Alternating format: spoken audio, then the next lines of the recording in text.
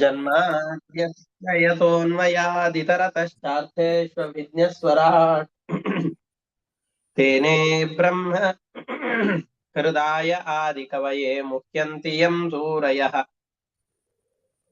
तेजो वारिमृदां यथा विनिमयो यत्र त्रिसर्गो मृषा धाम्ना स्वेन सदा निरस्तकुहकं सत्यं परं धीमहि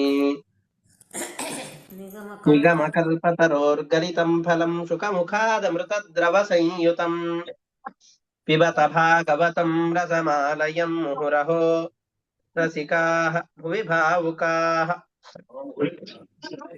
दारिद्र्यदुःखज्वरदाहितानां मायापिशाची परिमर्दितानां संसारसिन्धौ परिपातितानां क्षेमाय वै भागवतं प्रगर्जति साङ्केत्यं पारिहास्यं वा स्तोभं हेलनमेव वा वैकुण्ठनामग्रहणम् अशेषाघहरं विदुः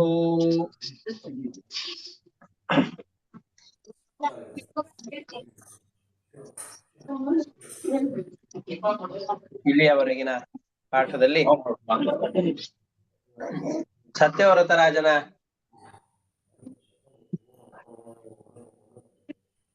ಸತ್ಯವ್ರತರಾಜನ ಕಥೆಯನ್ನು ನಾವು ನೋಡ್ತಾ ಇದ್ದೇವೆ. ಇಂತಹ ಸತ್ಯವ್ರತರಾಜನ ಬಳಿಯಲ್ಲಿ ಸಮುದ್ರದ ಮುಖಾಂತರವಾಗಿ ದೊಡ್ಡ ಹಡಗು ಬಂದಿದೆ. ಆ ರಾಜನ ರಕ್ಷಣೆಗೋಸ್ಕರವಾಗಿ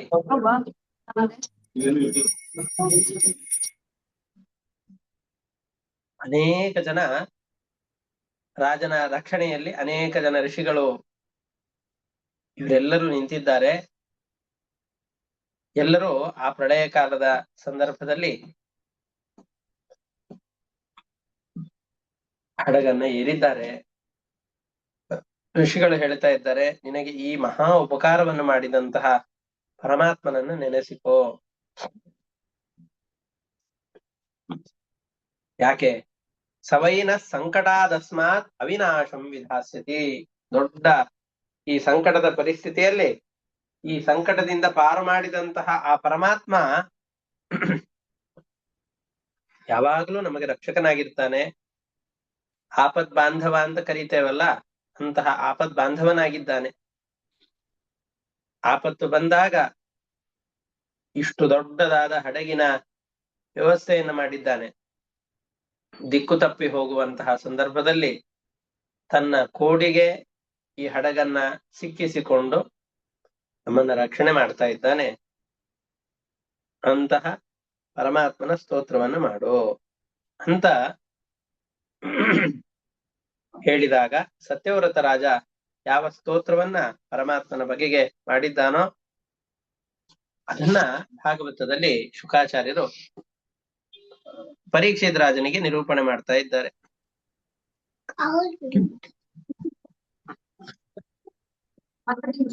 ನಮ್ಮ ಅವಿದ್ಯೆ, ನಮಗಿರುವಂತಹ ಅಜ್ಞಾನ, ನಾವು ಮಹಾಜ್ಞಾನಿಗಳು ಅನ್ನುವಂತಹ ಭ್ರಮೆ ಜೀವನದಲ್ಲಿ ನಮ್ಮನ್ನೇನು ಆವರಿಸಿದೆಯೋ ಇದರ ಪ್ರಭಾವದಿಂದಾಗಿ ನಮಗೆ ಪರಮಾತ್ಮನ ಬಗೆಗಿರುವಂತಹ ಅರಿವು ಕೂಡ ಆವೃತವಾಗಿ ಹೋಗಿಬಿಟ್ಟಿರುತ್ತೆ. ನಾವು ವೈಷಯಿಕ ಪದಾರ್ಥಗಳಲ್ಲಿ ಎಷ್ಟೆಷ್ಟು ನಮ್ಮನ್ನು ನಾವು ತೊಡಗಿಸಿಕೊಳ್ತೇವೋ ಅಷ್ಟು ಪರಮಾತ್ಮನಿಂದ ವಿಮುಖರಾಗ್ತೇವೆ. ಪರಮಾತ್ಮನಿಂದ ಎಷ್ಟು ವಿಮುಖರಾಗ್ತಾ ಹೋಗ್ತೇವೋ ಅಷ್ಟಷ್ಟು ಸಂಸಾರದ ದುಃಖಗಳಿಗೆ ಒಳಗಾಗ್ತೇವೆ. ಹಾಗಾಗಿ ಈ ಸಂಸಾರದ ದುಃಖದ ಬಳಲಿಕೆಯಲ್ಲಿ ಬೆಂಡಾದಂತಹ ನಮಗೆ ಇದರ ದೆಸೆಯಿಂದ ಮುಕ್ತಿ ಸಿಗಬೇಕು ಅಂತಂತ ಹೇಳಿದ್ರೆ ಪರಮಾತ್ಮನ ಇಚ್ಛೆಯಿಂದ ವೈಷ್ಣವರಾಗಿ ಹುಟ್ಟಿ, ವೈಷ್ಣವರು ಅಂತಂದ್ರೆ ವಿಷ್ಣು ಭಕ್ತರಾಗಿ ಹುಟ್ಟಿ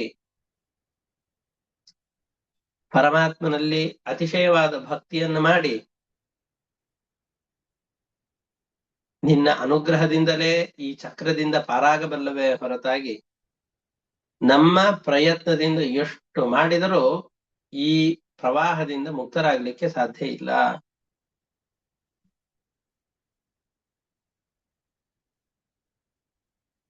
ಅಜ್ಞಾನಿಗಳಾದಂತಹ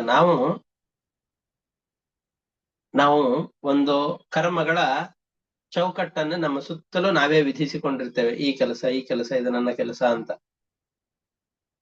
ಯಾಕೆ ಇಷ್ಟು ಕೆಲಸಗಳನ್ನ ಮಾಡಿದರೆ ನಮಗೆ ಸುಖ ಸಿಗತ್ತೆ, ಒಂದಿಷ್ಟು ಸಂಪತ್ತು ಕ್ರೋಢೀಕರಣವಾಗತ್ತೆ.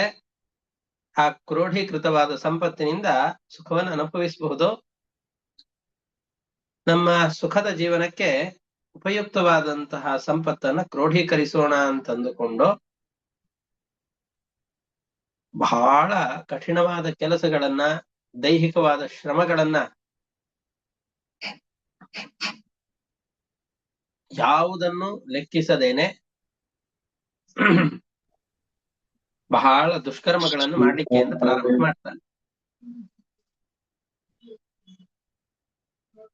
ಆಮೇಲೆ ನನ್ನ ಬುದ್ಧಿ ಏನಿದೆ, ಆ ಬುದ್ಧಿ ಮತ್ತಷ್ಟು ಹಾಳಾಗಿ ಹೋಗಿಬಿಡುತ್ತೆ. ಪರಮಾತ್ಮನ ಸೇವೆಯನ್ನ ಮಾಡಿ ಆ ದೈಹಿಕವಾದ ಶ್ರಮಗಳನ್ನ ಮಾಡಿಕೊಂಡು ಜೀವನದಲ್ಲಿ ಮುನ್ನಡೆದುವು ಅಂತಾದ್ರೆ ಅದೇ ದೊಡ್ಡ ಫಲವನ್ನು ಕೊಡುವಂತಹದ್ದು.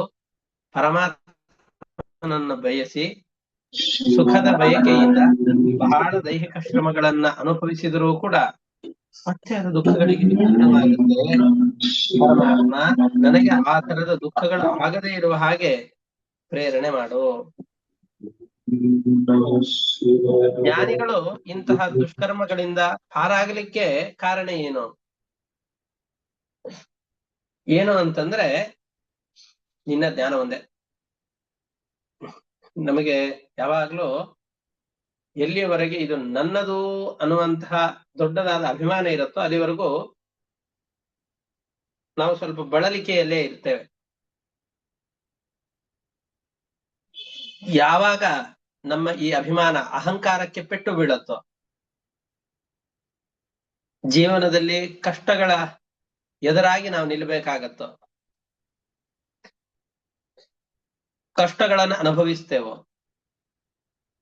ಆವಾಗ ಸ್ವಲ್ಪ ಮಟ್ಟಿಗೆ ವೈರಾಗ್ಯ ಬರುತ್ತೆ. ಸಾಕಪ್ಪ ಈ ಸಂಸಾರ. ಅದಕ್ಕೆ ಯಾವುದೇ ಶಾಸ್ತ್ರೀಯ ಗ್ರಂಥಗಳನ್ನು ಓದುವಾಗ ಅದರಲ್ಲಿ ಹೇಳ್ತಾರೆ, ವಿವಿಧ ಸಾಂಸಾರಿಕ ದುಃಖ ದರ್ಶನೇನ ವಿರಕ್ತಸ್ಯ ಶಮದಮಾದಿಮತಃ ಮೋಕ್ಷೋಹೋ ಅಂತ. ಈ ಗ್ರಂಥಗಳೆಲ್ಲ ಯಾರಿಗೆ ಅಂತಂದ್ರೆ ನಾನಾ ವಿಧವಾದಂತಹ ಸಾಂಸಾರಿಕ ದುಃಖಗಳನ್ನ ಅನುಭವಿಸಿ ಸಾಕಪ್ಪ ಇದು ಅಂತ ವಿರಕ್ತರಾದಂಥವ್ರು ಅಂತ ಯಾರಿದ್ದಾರೋ, ಅಥವಾ ಅನುಭವಿಸಿ ಅಂತಂದ್ರೆ ನಾನೇ ನೋಡ್ಬೇಕಾಗಿಲ್ಲ, ನನ್ನ ಜೀವನದಲ್ಲೇ ಆಗ್ಬೇಕಾಗಿಲ್ಲ. ಚಿಕ್ಕ ವಯಸ್ಸಿನಲ್ಲಿರುವಂತಹ ಮಕ್ಕಳಿಗೂ ಮತ್ತೊಬ್ಬರ ಜೀವನದಲ್ಲಿ ಆಗುವಂತಹ ಕಷ್ಟ ನಷ್ಟಗಳನ್ನು ನೋಡಿ ಈ ಸಂಸಾರ ಅಂದ್ರೆ ಇಷ್ಟೇ ಅಂತ, ಅದರಲ್ಲಿ ಇಷ್ಟೇ ಈ ಸಂಸಾರ, ಎಂದಿಗೂ ಈ ದುಃಖ ಸುಖಗಳ ಚಕ್ರಗಳನ್ನ ಬಿಡಿಸಿಕೊಳ್ಳಿಕ್ ಆಗೋದಿಲ್ಲ ಅಂತ ಯಾರು ತಿಳಿದುಕೊಂಡಿರ್ತಾರೋ ಅಂತಹ ವ್ಯಕ್ತಿ ನಾವು ಬದುಕಿದರೆ ಒಂದು 4 ದಿವಸ ಒಳ್ಳೆಯ ಕೆಲಸಗಳನ್ನು ಮಾಡ್ಕೊಂಡು ಬದುಕಬೇಕು, ಕೆಟ್ಟ ಕೆಲಸಗಳನ್ನು ಮಾಡಿಕೊಂಡು ಸರ್ವಥಾ ಬದುಕಕೂಡದು ಅಂತ ಒಳ್ಳೆ ಬುದ್ಧಿಯನ್ನು ತೆಗೆದುಕೊಳ್ಳುತ್ತಾರೆ. ಇಂತಹ ಒಳ್ಳೆ ಬುದ್ಧಿ ಬಂದು ತಮ್ಮನ್ನ ಯಾವ ಚಿಕ್ಕ ಪುಟ್ಟ ಸತ್ಕಾರ್ಯಗಳಲ್ಲಿ ತೊಡಗಿಸಿಕೊಳ್ತಾರೋ ಅದೇನೆ ನಮ್ಮ ಉನ್ನತಿಗೆ ಕಾರಣವಾಗುವಂಥದ್ದು. ದುಷ್ಕರ್ಮಗಳನ್ನು ಬಿಡಬೇಕು, ಇನ್ನೊಬ್ಬರಿಗೆ ಕೆಟ್ಟದನ್ನು ಎಂದಿಗೂ ಬಯಸಬಾರದು, ಪರರಿಗೆ ಆದಷ್ಟು ಉಪಕಾರವನ್ನು ಮಾಡಬೇಕು. ದುಷ್ಕರ್ಮಗಳ ತ್ಯಾಗ ಮತ್ತು ಪರರ ಹಿತದ ದೃಷ್ಟಿಯಿಂದ ಯಥಾಶಕ್ತಿಯಾದ ಉಪಕಾರ. ತಸ್ಯ ಪ್ರಾಣಿ ಉಪಕಾರೇಣ ಸಂತುಷ್ಟೋ ಭವತಿ ಕೇಶವಃ. ಪ್ರಾಣಿಗಳಲ್ಲಿ ಮಾಡುವಂತಹ ಅಲ್ಪವಾದ ಉಪಕಾರದಿಂದಲೂ ಕೂಡ ಪರಮಾತ್ಮ ಬಹಳ ಸಂತುಷ್ಟನಾಗ್ತಾನೆ ಅಂತ ನಮ್ಮ ಹೃದಯದಲ್ಲಿರುವಂತಹ ಕರ್ಮ ಬಂಧನವನ್ನ ನಾಶ ಮಾಡುವಂತಹ ವ್ಯಕ್ತಿ ಪರಮಾತ್ಮ ನೀನೇ ಅಂತ ಪರಮಾತ್ಮನ ಧ್ಯಾನವನ್ನು ಮಾಡ್ತಾ ಇದ್ದಾನೆ. ಆ ದುಷ್ಕರ್ಮ ಬುದ್ಧಿ, ಕೆಟ್ಟ ಕೆಲಸಗಳನ್ನು ಮಾಡ್ಬೇಕು ಅನ್ನೋ ಬುದ್ಧಿ ಹೋಗಿ ಸ್ವಲ್ಪವಾದ್ರೂ ಈ ಸತ್ಕರ್ಮದಲ್ಲಿ ನಮ್ಮ ಮನಸ್ಸು ಪ್ರವೃತ್ತವಾಗಬೇಕು ಅಂತಂದ್ರೆ ಅದಕ್ಕೂ ಕಾರಣನಾದವನು ಪರಮಾತ್ಮನೇ. ಹಾಗಾಗಿ ಪರಮಾತ್ಮನೇ ನೀನೇ ನಮ್ಮ ಬುದ್ಧಿಯನ್ನು ನಿನ್ನಲ್ಲಿ ಪ್ರವೃತ್ತಿ ಆಗುವ ಹಾಗೆ ಪ್ರೇರಿಸು ಅಂತ ಹೇಳ್ತಾ ಇದ್ದಾರೆ. ನಮಗೆ ಅನ್ನಿಸುತ್ತೆ, ಅಲ್ಲ ಪರಮಾತ್ಮನ ಸೇವೆಯನ್ನು ಯಾಕೆ ಮಾಡ್ಬೇಕು? ನಮ್ಮ ಕೆಲಸಗಳನ್ನು ನಾವು ಮಾಡ್ತಾ ಇದ್ರೆ ಆಗೋದಿಲ್ವೇನು? ಮಾಡುವ ಕರ್ಮಗಳನ್ನ ಸರಿಯಾಗಿ ಮಾಡಿದ್ರೆ ಆಯ್ತು, ಉನ್ನತಿ ಸಿಕ್ಕಿಬಿಡತ್ತೆ.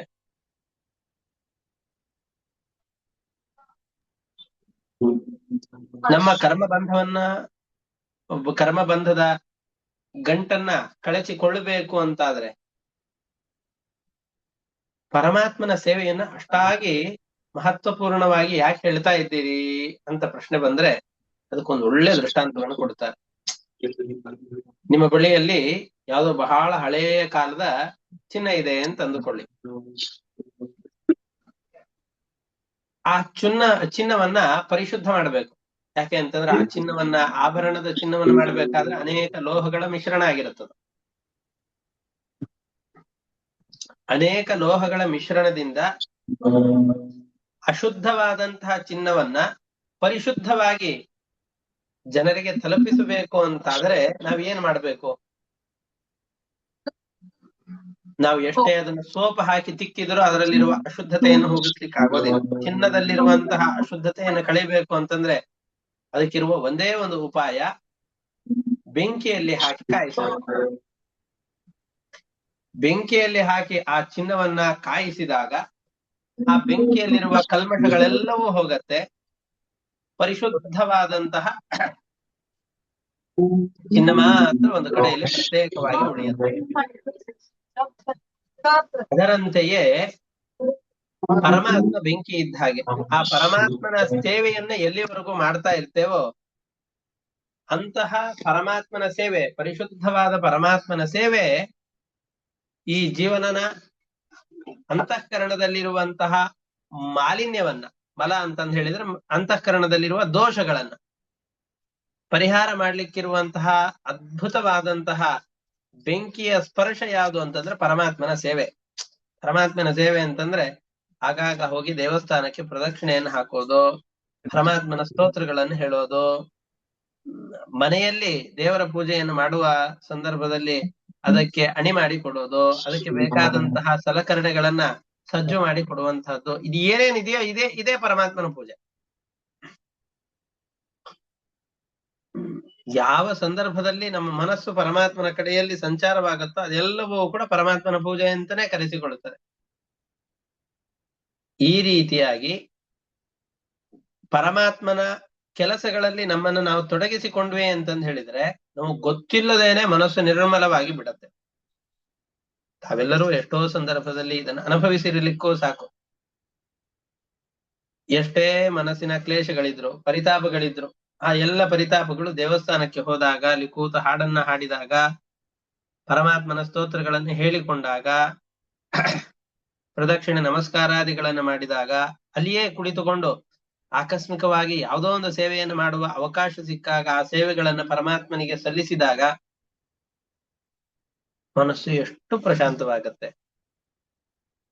ಹಾಗಾಗಿ ಆ ಸೇವೆಗಳನ್ನ ನಿರಂತರವಾಗಿ ನಾವು ಮಾಡ್ತಾ ಇದ್ವು ಅಂತಾದರೆ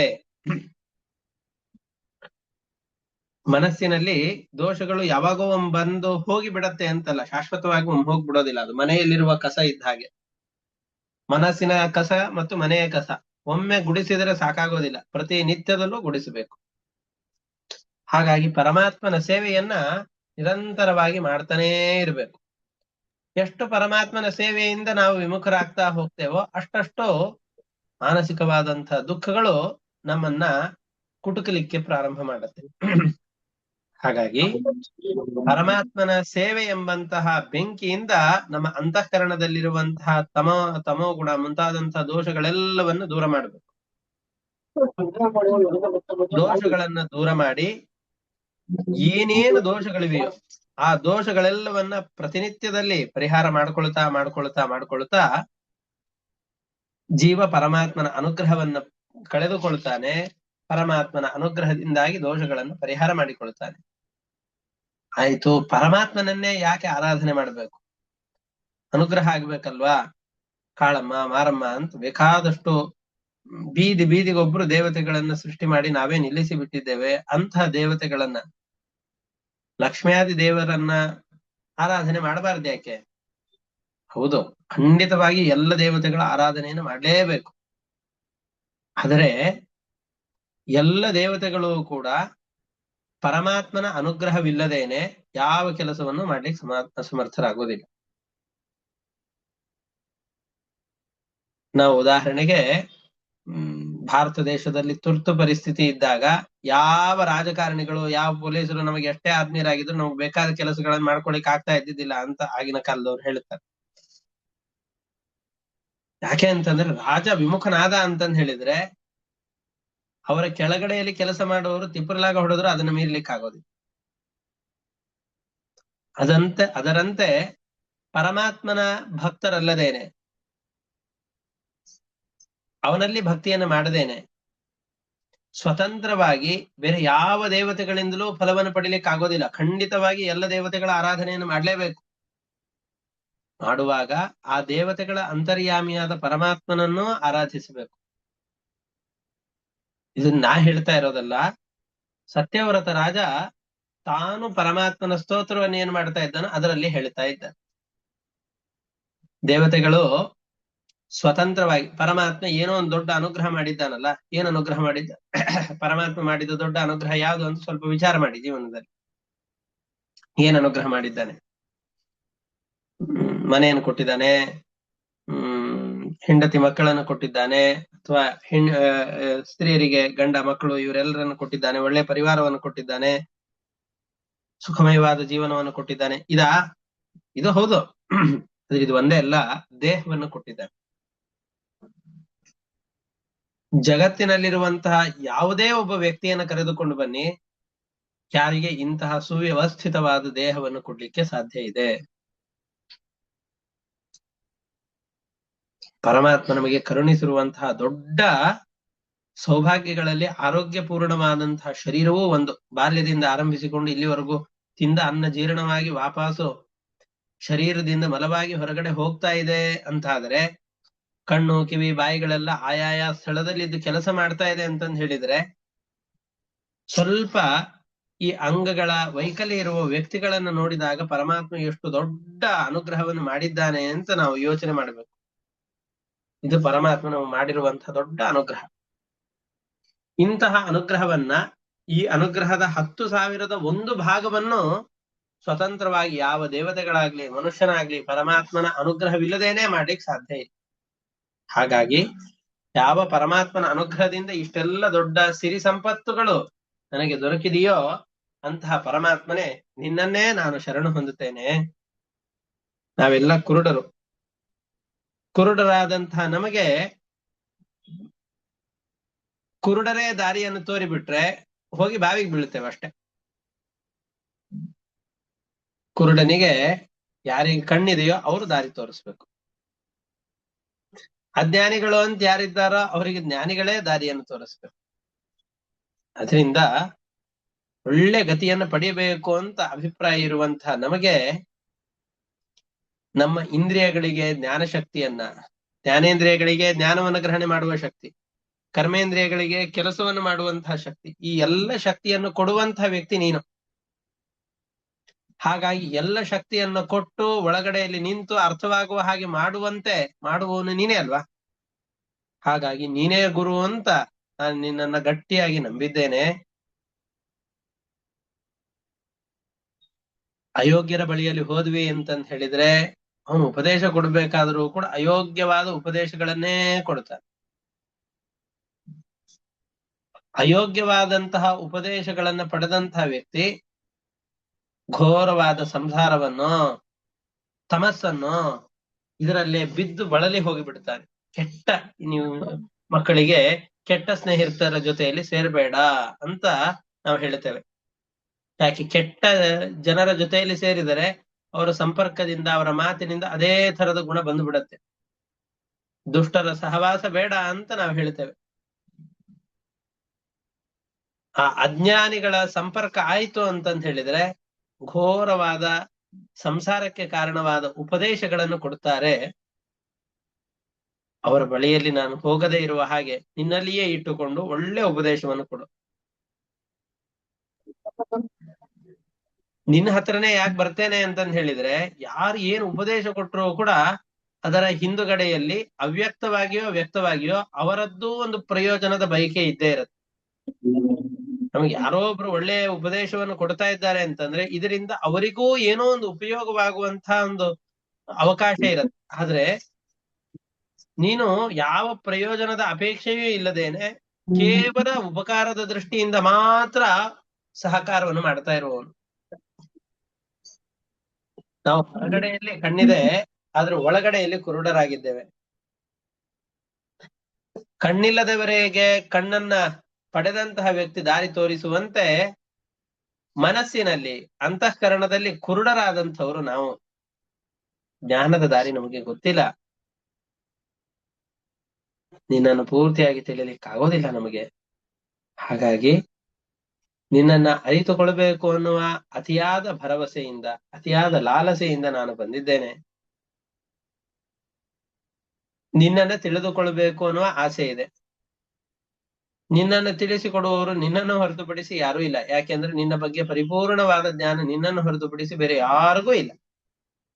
ಅದರಿಂದ ನನ್ನ ಹೃದಯದಲ್ಲಿರುವ ಕರ್ಮ ಗ್ರಂಥಿ ಅಂದ್ರೆ ಅವಿದ್ಯೆ, ಅಜ್ಞಾನ, ನಿನ್ನ ಬಗೆಗಿರುವ ಅಜ್ಞಾನವನ್ನ, ಸಂಸಾರದ ಬಗ್ಗೆ ಇರುವಂತಹ ತಪ್ಪು ತಿಳುವಳಿಕೆಯನ್ನ ದೂರ ಮಾಡು. ನಿನ್ನ ಸ್ವರೂಪದ ಬಗೆಗಿನ ಉಪದೇಶವನ್ನು ಕೊಡು ಅಂತ ಸತ್ಯವ್ರತ ರಾಜ ಪರಮಾತ್ಮನಲ್ಲಿ ನಿರತಿಶಯವಾದ ಭಕ್ತಿಯಿಂದ ಪ್ರಾರ್ಥನೆ ಮಾಡ್ತಾ ಇದ್ದಾನೆ. ಇಷ್ಟು ಪ್ರೀತಿಯಿಂದ ಭಕ್ತಿಯಿಂದ ಸತ್ಯವ್ರತ ರಾಜ ಕೇಳಿದಾಗ ಮತ್ಸ್ಯರೂಪಿಯಾದಂತಹ ಪರಮಾತ್ಮ ಆ ಸಮುದ್ರದಲ್ಲಿ ಹಡಗಿನಲ್ಲಿ ಇವನನ್ನ ಸಂಚಾರ ಮಾಡಿಸ್ತಾನೆ, ತನ್ನ ಬಗ್ಗೆ ಉಪದೇಶವನ್ನು ಕೊಡ್ತಾ ಇದ್ದಾನೆ. ಅವನ ಯೋಗ್ಯತೆಗೆ ಅನುಗುಣವಾದಂತಹ, ಅವನು ತಿಳಿಯಲಿಕ್ಕೆ ಎಷ್ಟು ಸಾಧ್ಯವೋ, ಅವನ ಸ್ವರೂಪ ಯೋಗ್ಯತೆಯಲ್ಲಿ ಎಷ್ಟು ಪರಮಾತ್ಮನ ಬಗ್ಗೆ ತಿಳಿಬೇಕು ಅಂತ ಅವಕಾಶವನ್ನು ಕೊಟ್ಟಿದ್ದಾರೋ ಅಷ್ಟು ತನ್ನ ಸ್ವರೂಪವನ್ನು ತಿಳಿಸಿಕೊಡ್ತಾ ಇದ್ದಾನೆ. ಇದನ್ನ ಆ ಹಡಗಿನಲ್ಲಿ ಕೂತಂತಹ ಸತ್ಯವ್ರತ ರಾಜ ತಾನು ತನ್ನ ಜೊತೆಯಲ್ಲಿರುವಂತಹ ಋಷಿಮುನಿಗಳು ಎಲ್ಲರ ಜೊತೆಯಲ್ಲಿ ಭಕ್ತಿಪೂರ್ವಕವಾಗಿ ಶ್ರವಣವನ್ನು ಮಾಡ್ತಾ ಇದ್ದಾನೆ. ಇಷ್ಟು ಒಂದಿಷ್ಟು ಶ್ಲೋಕಗಳ ಭಾವಾರ್ಥವಾಗಿದೆ. ಇದನ್ನ ಆ ಶ್ಲೋಕಗಳ ಮುಖಾಂತರವಾಗಿ ನೋಡ್ತಾ ಹೋಗೋಣ. ರಾಜೋವಾಚ ಅನಾದ್ಯ ವಿದ್ಯೋಪಹತಾತ್ಮ ಸಂವಿದಸ್ತನ್ಮೂಲ ಸಂಸಾರ ಪರಿಭ್ರಮಾತುರಾಃ ಯದೃಚ್ಛಯೇಹೋಪಸೃತಾಯಮಾಪ್ನುಯುಃ ವಿಮುಕ್ತಿದೋ ನಃ ಪರಮೋ ಗುರುರ್ಭವಾನ್. ಪರಮಾತ್ಮ ನೀನೇ ನಮ್ಮ ಅನಾದಿಯಾದ ಅಜ್ಞಾನದಿಂದ ದಾಟಿಸುವಂತಹ ಅಪೂರ್ವವಾದ ವ್ಯಕ್ತಿ, ನಮ್ಮ ಗುರು ಆಗಿದ್ದಿ. ನಮಗೆ ಈ ಸಂಸಾರ ಸಮುದ್ರದಿಂದಲೂ ಈ ಬಿದ್ದಂತಹ ಸಮುದ್ರ ಎರಡರಿಂದಲೂ ಕೂಡ ನಮಗೆ ಮುಕ್ತಿಯನ್ನು ಕೊಡು. ಜನೋ ಅಬುಧೋಯಂ ನಿಜ ಕರ್ಮ ಬಂಧನ ಸುಖೇಚ್ಛಯ ಕರ್ಮ ಸಮೀಹತೆ ಅಸುಖಂ ಯತ್ಸೇವಯ ತಾಂ ವಿಧುನೋತಿ ಅಸನ್ಮತಿಂ ಗ್ರಂಥಿಂ ವಿವಿದ್ಯಾತ್ ಹೃದಯೇ ಸನೋ ಗುರುಹು. ಅಜ್ಞಾನಿಗಳಾದ ಜನರೆಲ್ಲ ಸುಖ ಇದರಿಂದ ಸಿಗಬಹುದು ಅಂತ ದುಃಖ ಕಾರಣವಾದಂತಹದ್ರಲ್ಲಿ ಏನೇ ಬಹಳಷ್ಟು ದುಃಖಕ್ಕೆ ಕಾರಣವಾದ ಕೆಲಸಗಳನ್ನು ಮಾಡ್ತಾ ಇರ್ತಾರೆ. ಉದಾಹರಣೆ ಮಾಡೋ ಕೆಲಸಗಳೆಲ್ಲ ಹೇಗೆ ಅಂತಂದ್ರೆ, ಕಜ್ಜಿ ಆದಾಗ ತುರಿಸ್ಕೊಂಡ್ರೆ ಸುಖ ಆಗತ್ತೆ ಅಂತ ಚೆನ್ನಾಗಿ ತುರಿಸ್ಕೊಳ್ತೇವೆ. ಆ ತುರಿಸಿಕೊಳ್ಳೋದ್ರಿಂದಾಗಿ ಮತ್ತೆ ದುಃಖವೇ ಆಗತ್ತೆ. ಹೇಗೋ ಅದರಂತೆ ನಾವು ಕೂಡ ಯಾವ ಕರ್ಮಗಳನ್ನು ಮಾಡ್ತಾ ಇದ್ದೇವೋ ಆ ಎಲ್ಲ ಕರ್ಮಗಳು ದುಃಖಗಳಿಗೆ ಕಾರಣವಾದದ್ದೇ ಆದರೂ ಕೂಡ ಸುಖಕ್ಕೆ ಕಾರಣ ಅಂತ ತಿಳಿದುಕೊಂಡು ಆ ಕೆಲಸಗಳನ್ನು ಮಾಡ್ತಾ ಇರ್ತೇವೆ. ಅಂತಹ ಕೆಲಸಗಳಿಂದ ನಮ್ಮನ್ನು ದೂರ ಮಾಡು. ಯತ್ಸೇವ ಯಾಜ್ಞೇರಿವ ರುದ್ರರೋದನಂ ಪುಮಾನ್ ವಿಜಹ್ಯಾನ್ಮಲಮಾತ್ಮನಸ್ತಮಃ ಭಜೇತ ವರ್ಣಂ ನಿಜಮೇಶ ಸೋವ್ಯಯೋ ಭೂಯಾತ್ ಸ ಈಶಃ ಪರಮೋ ಗುರೋರ್ಗುರುಃ.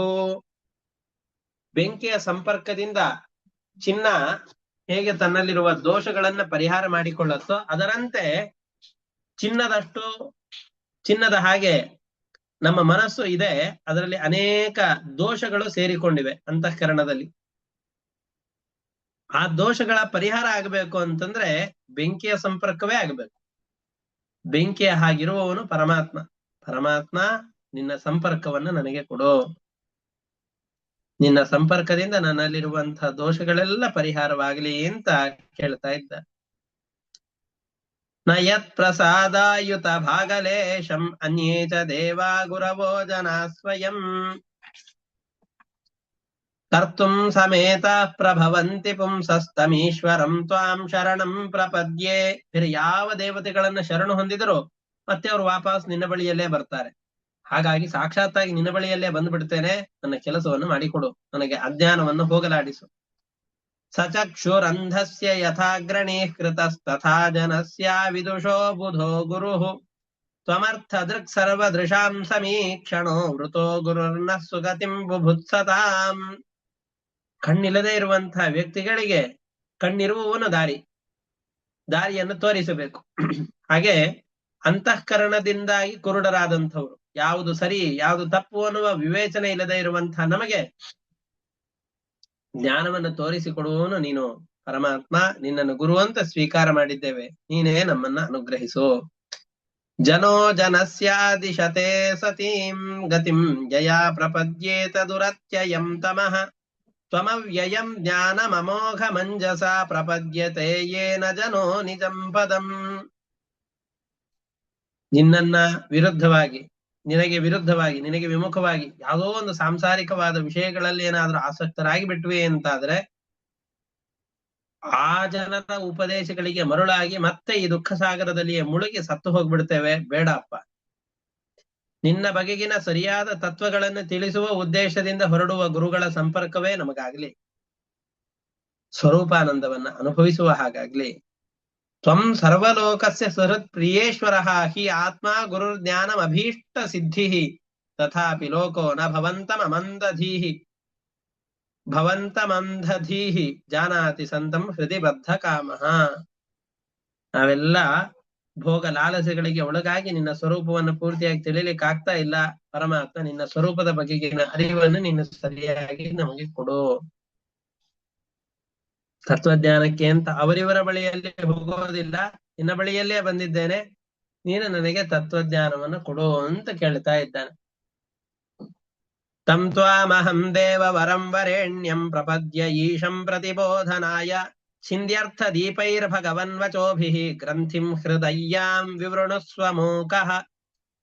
ಆ ಕರ್ಮ ಬಂಧನಗಳ ಗಂಟು ಮನಸ್ಸಿನಲ್ಲಿ ಏನಿದೆಯೋ ಆ ಅವಿದ್ಯೆಯನ್ನು ನಾಶಪಡಿಸು ನಿನ್ನ ಉಪದೇಶಗಳಿಂದ ಅಂತ ಈ ರೀತಿಯಾಗಿ ಸತ್ಯವ್ರತ ರಾಜ ಹೇಳಿದಾಗ ಪರಮಾತ್ಮ ಸಮುದ್ರದಲ್ಲಿಯೇ ವಿಹಾರ ಮಾಡ್ತಾ ಅವನಿಗೆ ತತ್ವಜ್ಞಾನವನ್ನು ಉಪದೇಶದ ಮುಖಾಂತರವಾಗಿ ಕೊಡ್ತಾ ಇದ್ದಾನೆ.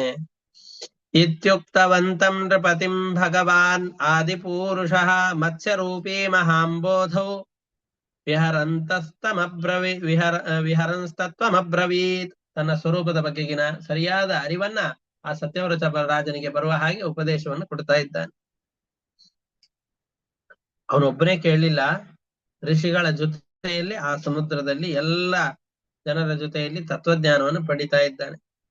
ಪುರಾಣ ಸಂಹಿತಾಂ ದಿವ್ಯಾಂ ಸಾಂಖ್ಯ ಯೋಗ ಕ್ರಿಯಾವತೀಂ ಸತ್ಯವ್ರತಸ್ಯ ರಾಜರ್ಷೇರಾತ್ಮಗುಹ್ಯಂ ಅಶೇಷತಃ ಅಶ್ರೌಷೀತ್ ಋಷಿಭಿಃ ಸಾಕಂ ಆತ್ಮತತ್ವಂ ಅಸಂಶಯಂ ನಾವ್ಯಾಸೀನೋ ಭಗವತ್. ಕೇಳಿ ಆ ದಿನಪ್ರಳಯ ಕಳೆದಾಗ ಬ್ರಹ್ಮದೇವರು ಎದ್ದ ನಂತರದಲ್ಲಿ ಆ ಹಯಗ್ರೀವಾಸುರನನ್ನು ಕೊಂದು ವೇದಾಭಿಮಾನಿಗಳನ್ನ ಬದುಕಿಸಿದಂತಹ ಯಾವ ಮತ್ಸ್ಯರೂಪಿಯಾದ ಪರಮಾತ್ಮ ಇದ್ನೋ ಅಂತಹ ಮತ್ಸ್ಯರೂಪಿಯಾದ ಪರಮಾತ್ಮನೇ ಈ ಚಿಕ್ಕ ಪ್ರಳಯದ ನಂತರದಲ್ಲೂ ಕೂಡ ಸತ್ಯವ್ರತ ರಾಜನಿಗೆ ಚೆನ್ನಾಗಿ ತತ್ವೋಪದೇಶಗಳನ್ನು ಕೊಟ್ಟು ಅವನನ್ನ ವೈವಸ್ವತ ಮನುವನ್ನಾಗಿ ಈ ಮನ್ವಂತರಕ್ಕೆ ಅಧಿಪತಿಯನ್ನಾಗಿ ಮಾಡ್ದ.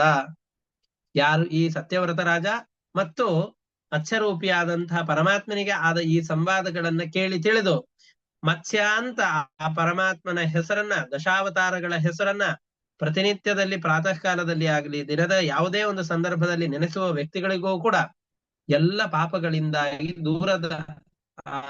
ದೂರವಾಗಿ ಹೋಗಿಬಿಡ್ತಾರೆ, ಪಾಪಗಳ ಸಂಪರ್ಕ ಅವರಿಗೆ ಆಗೋದಿಲ್ಲ ಅಂತ ಹೇಳ್ತಾ ಇದ್ದಾರೆ.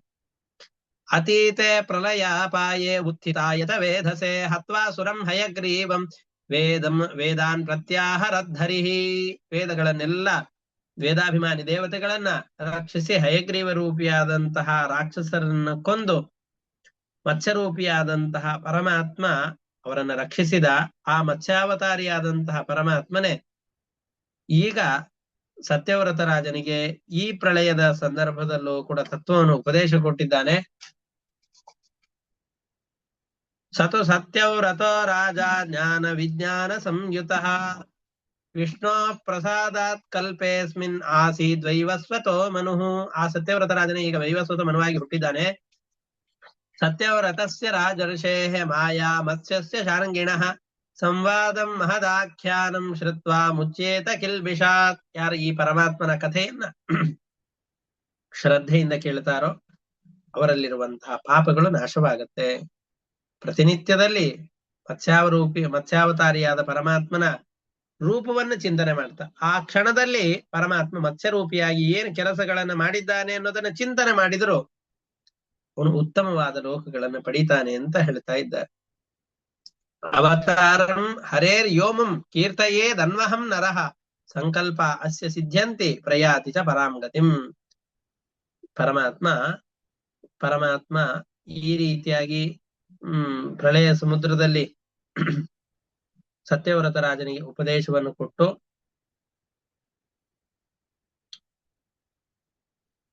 ಅದೇ ರೀತಿಯಾಗಿ ವೇದಾಭಿಮಾನಿ ದೇವತೆಗಳನ್ನ ಅಪಹಾರ ಮಾಡಿದ ಹಯಗ್ರೀವಾಸುರನನ್ನ ಸಂಹಾರ ಮಾಡಿ ಅಲ್ಲಿ ಅಪಹೃತವರಾದ ವೇದಾಭಿಮಾನಿ ದೇವತೆಗಳನ್ನ ಬ್ರಹ್ಮನಿಗೆ ವಾಪಸ್ ಕೊಟ್ಟು ಸತ್ಯವ್ರತ ರಾಜನಿಗೆ ಬ್ರಹ್ಮ ಸ್ವರೂಪವನ್ನು ಉಪದೇಶಿಸಿದ, ವೇದಾಭಿಮಾನಿಗಳನ್ನ ರಕ್ಷಿಸಿದ್ದಾನೆ ಅನ್ನುವ ಈ ತತ್ವವನ್ನ ನಿರಂತರವಾಗಿ ಮನಸ್ಸಿನಲ್ಲಿ ಯೋಚನೆ ಮಾಡಬೇಕು ಅನ್ನುವ ಕೊನೆಯ ಶ್ಲೋಕದಿಂದಾಗಿ 8ನೇ ಸ್ಕಂದವನ್ನ ಮುಗಿಸ್ತಾ ಇದ್ದಾರೆ.